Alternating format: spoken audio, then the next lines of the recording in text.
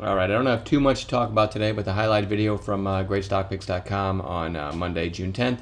This is CSIQ. They had good news this morning. These are daily candles, and this one got all my attention this morning. Here's what I liked about it. For one, you had good news, but you had this huge move here, right? You had a red candle on Friday. It gapped up and closed near its lows. Sellers coming in, right? So look what happens today. We wake up and it's set to open right around yesterday's high. So now you've got some sellers or some shorts maybe trapped on this good news, and it's a powerful setup. Whenever I have a gap up and a red daily candle, and the next day it gaps above that, one of my favorite setup to really catch my attention and say, hey, this is one worth watching. Another thing I liked about it is a few days before that, you had this high of 955 just to the left. So we call that another catalyst. We got the gap above the red day, okay, and then you've got a recent high just to the left, and that's pretty interesting, okay. So this gets my attention. Now let me switch to 5-minute candles and show you today. And this is what it looked like about 25 minutes in.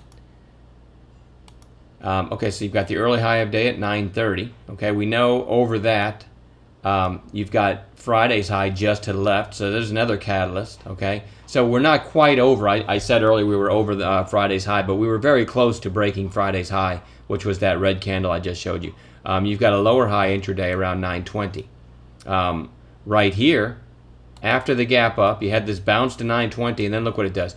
Takes out the low of the day. This is what we call a stop run. Just comes down, takes out any stops that are remaining. People trying to make money on this thing long.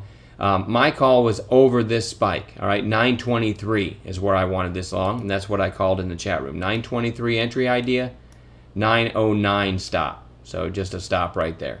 That's only 14 cents risk. And the thinking is, we've taken out the stops, then we're taking out this last spike, and all you have to the left is yesterday or the opening high and then yesterday's high, and maybe we make a move toward that 955 I showed you. So here's what happens. You get right through the high of the day, and then let me just pan out real quick and show you why. Well, actually, I'll switch to the daily here. 3 minutes left in the session, by the way. If this is moving, that's why. That makes me look like a genius, right? Because the entry was 923, 14 cents risk, and we're up almost a buck. Now, here's why I'm not a genius, because, and I really shouldn't say that because I stuck to my rules, okay? Had this just kept riding up and staying above the 520, I probably would have tried to stay in most of my position, but I always sell some when we start to approach previous resistance. That 955, I sold some there. I sold some after the high of day break. I sold a few, sold some up around that 950 area. And then look what it does. Comes all the way back down right there on volume and takes out the rest of my shares. So I still made a few hundred on this, but should have made a few thousand. Looking at it, I don't say, well, Mike, you screwed up. Anyone could argue, well, you should have just left your stop in place, and that's fine too. But once I start paying myself, I like to protect my entry on the rest. It's just the way I'm wired. And you can always find another way back in. Maybe here when you broke the high of the day and you base for a little bit and then the push. But anyway, I wasn't in this. I didn't, even though the trigger and stop held, and I wasn't in this for this big run right here. Okay. Held the stop, but anyway, it's always disappointing watching something that I had a pretty good sized chunk of, right? Close this strong. And I kept saying in the afternoon to our members that CSIQ's daily chart looks pretty handsome now too, because you've broken above like a week and a half's worth of trading and you don't have much in the way to the left now, right? Anyway, that was my call on CSIQ. Great idea. My execution wasn't great, but like I said, still made a few hundred on it. RENN, I called this, had this on watch over this 200 day. And I called it just as a fives trigger for 341, 336. Thinking, okay, we broke out. Maybe we trigger here and go right back through the high of the day. But that cost me about a nickel. KNDI, I showed you this in yesterday's watch list video. I said this is kind of a weird looking chart, but if it gets an afternoon break, I bet you get a nice trade. If you watch the video, you can remember me saying that.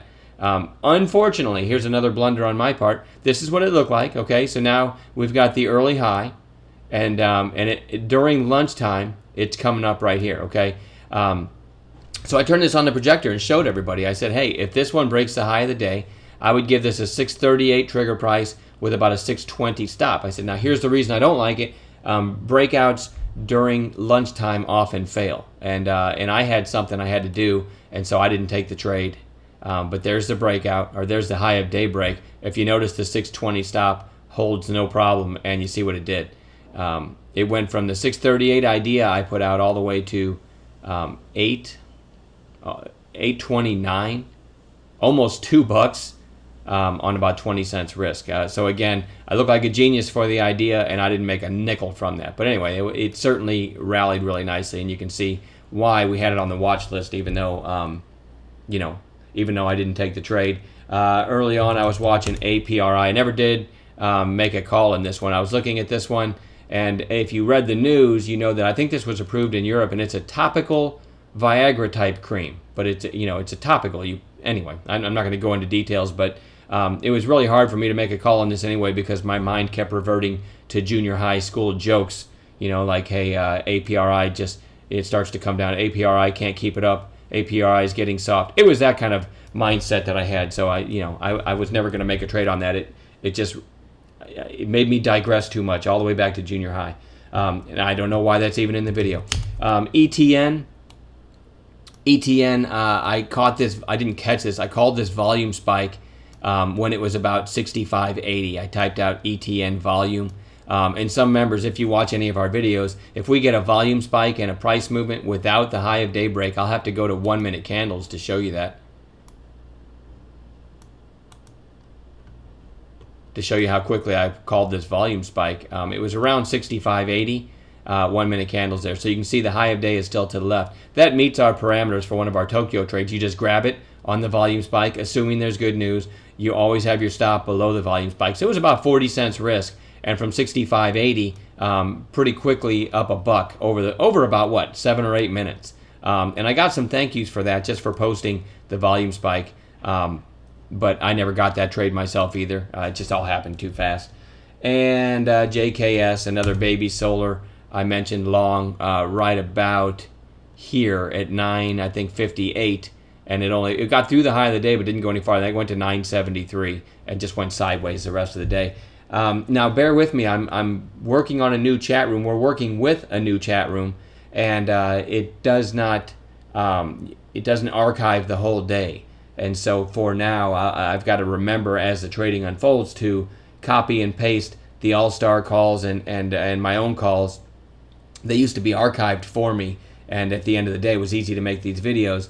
But now, as the day unfolds, I've got to remember to save them from this new chat room. So today's video pretty short because I don't have the all-stars calls on here.